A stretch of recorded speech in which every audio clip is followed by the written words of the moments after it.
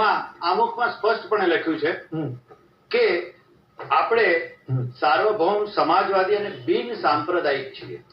પહેલી વસ્તુ, આપણે બિન સાંપ્રદાયિક નો અર્થ એટલું કરવાનું છે કે આપણે કોઈ ધર્મમાં માનતા નથી.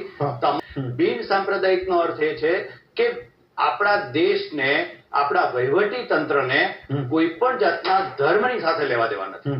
દરેક સરકારી નોકરિયાતનો ધર્મ શું છે પહેલા એ નક્કી કરીએ કે દરેક સરકારી નોકરિયાતનો ધર્મ એ છે કે 9 થી 5 વાગ્યા સુધી જો તમે નોકરી કરતા હો તો તમારી ફરજ છે કે તમારે તમારા પગારના પૈસા તમે જે લ્યો છો, ટેક્સના પૈસા જે લોકો પાસેથી ઉઘરાવીને તમને આપવામાં આવે છે, એ લોકોની સેવા કરવા માટે આપવામાં આવે છે. તમે જે સરકારી કચેરીમાં જે કરી રહ્યા છો એ સરકારની છે, વહીવટી તંત્ર છે, અને વહીવટી તંત્રને કોઈ ધર્મ સાથે લેવા દેવા નથી. એમાં હિન્દુ, મુસ્લિમ બધા જ લોકો કામ કરે છે અને માટે એ બિન સાંપ્રદાયિક રહે એ વધારે લોકશાહી માટે સારું છે.